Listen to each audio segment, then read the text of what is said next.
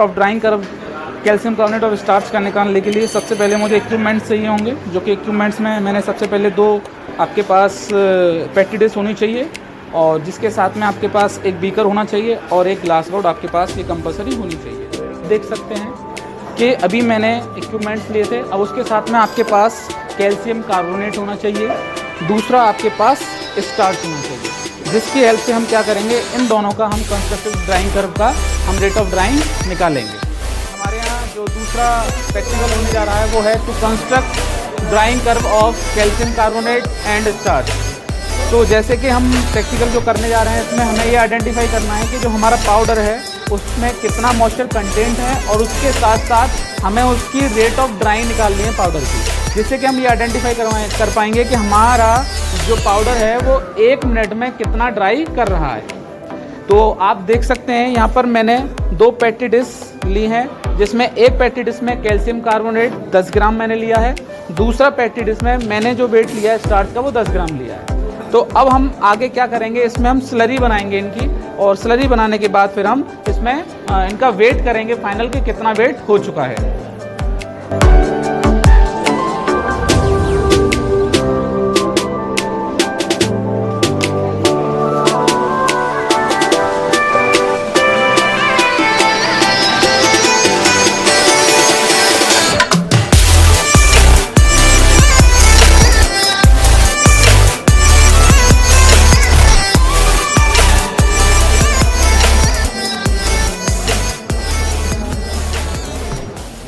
रहे हैं कि स्लरी इसमें धीरे धीरे बनना शुरू हुआ है। अभी इसमें पाउडर है, तो इसमें हम some amount of water we can add.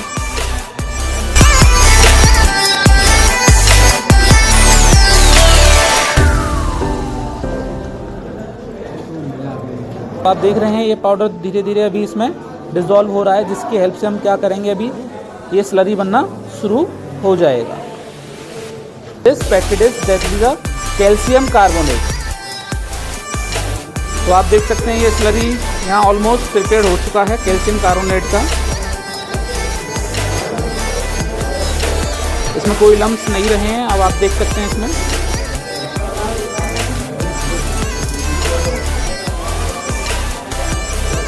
ये कैल्शियम कार्बोनेट का स्लरी प्रिपेयर हो चुका है। अब हम स्टार्च का स्लरी बनाएंगे। इससे पहले हम ग्लास रॉड को वॉश करेंगे। अब देख सकते हैं आप कि मैं अब स्टार्च की स्लरी प्रिपेयर कर रहा हूँ, जिसमें मैं कुछ अमाउंट वाटर का ऐड करूँगा स्लोली।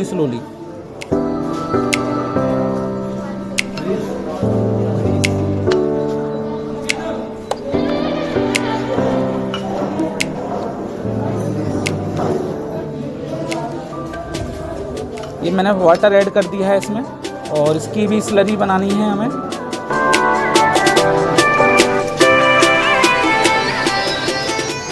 कभी भी स्लरी बनाएं तो you have to take a large petri dish. तो this is a small petri dish आप तो in the height, so you have to take a large petri dish so you can easily prepare the slurry.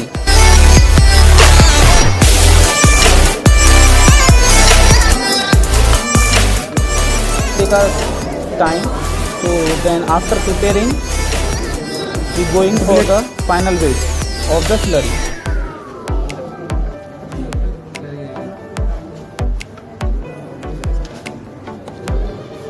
इसमें कोई भी एक भी particle solid नहीं रहा है इसमें। अब ना फाइनली आप देख सकते हैं इन दोनों का, ये हमारा कैल्शियम कार्बोनेट का है और ये हमारा स्टार्च का है। Now we are going to the final weight of the both petri dish.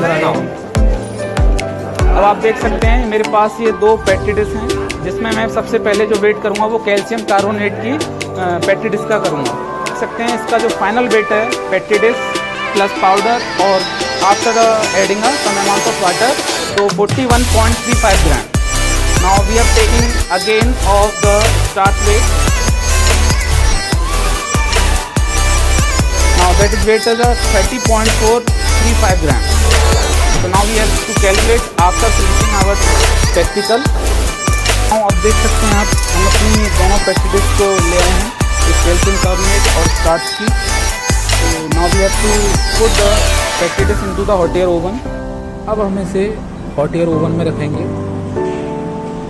और जब तक रखे रहने देंगे जब तक कि इसका कांस्टेंट वेट नहीं आ जाता। तो जो हमने रीडिंग का पैरामीटर सेट किया है वो 10-10 मिनट की रीडिंग के साथ है इसको पैरामीटर सेट किया है।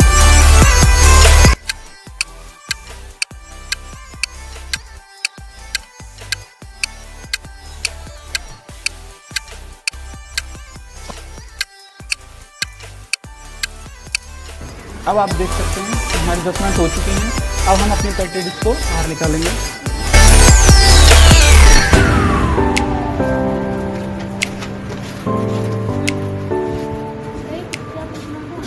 ये आप देख सकते हैं अदर ग्रुप्स के स्टूडेंट्स ने इन सबको प्रिपेयर किया है और वो यहाँ पर ड्राइंग प्रोसेस के लिए रखी गई हैं।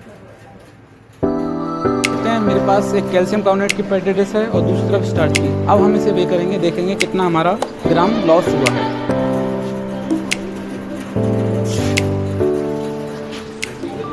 आप देख सकते हैं 34.95 इतना हमारे पास वेट मिला है, जो कि पहले 41.35 ग्राम था। अब हम वे करेंगे स्टार्च का, जो कि हमारे पास 34.35 ग्राम था, जो कि अब हो चुका है 30.05 अप्रॉक्स। अगले 10 मिनट के लिए फिर से रखेंगे।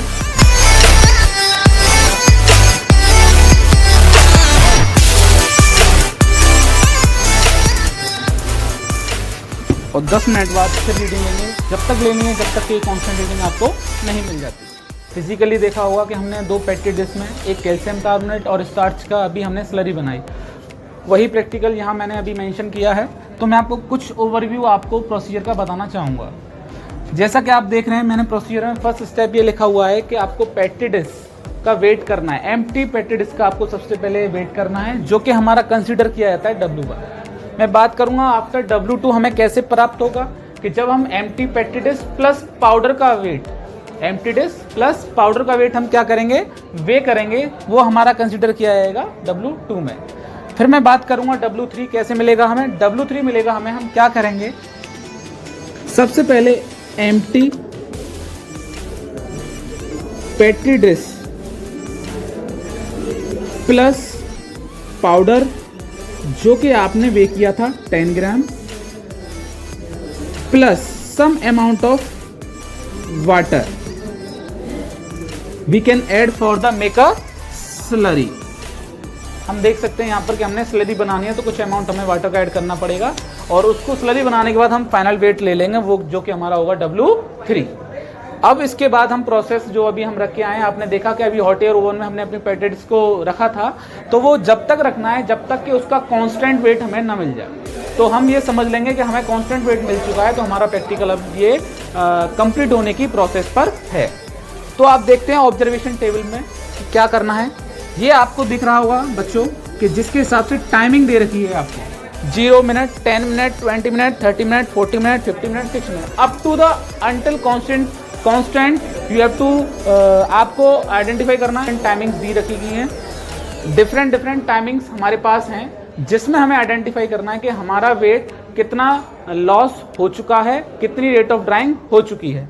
तो सबसे पहले हम देखेंगे 0 मिनट। तो 0 मिनट पर हमारा कोई वेट लॉस नहीं होता है, क्यों कि वो इनिशियल वेट है। तो जैसे ही हम अपने हॉट एयर ओवन में हम अपने पैकेट डिश को रखेंगे, जैसे कि मान लो मेरा जो पैकेट डिश का वेट आया था, एक का आया था 14.35, कि आपने देखा कि जो हमारा पहला पैकेट डिश का वेट था वो 41.35 ग्राम था। अब हम यहाँ पर कोई भी आफ्टर ड्राइंग नहीं हुई, क्योंकि हमने अभी उसको रखा हुआ है, ना मॉइस्चर कंटेंट आएगा ना इसका रेट ऑफ ड्राइंग आएगी। अभी हमें इसको ही आइडेंटिफाई वैल्यूज लेता हूँ। मेरा जो वेट आएगा 39.00 ग्राम आ गया 10 मिनट पर। अब मुझे आफ्टर ड्राइंग 39 ग्राम मुझे मिल गया, 39 ग्राम मुझे मिल गया मेरा वेट। उसके बाद मैं क्या करूँगा, मॉइस्चर कंटेंट निकालना। मॉइस्चर कंटेंट कैसे निकलता है,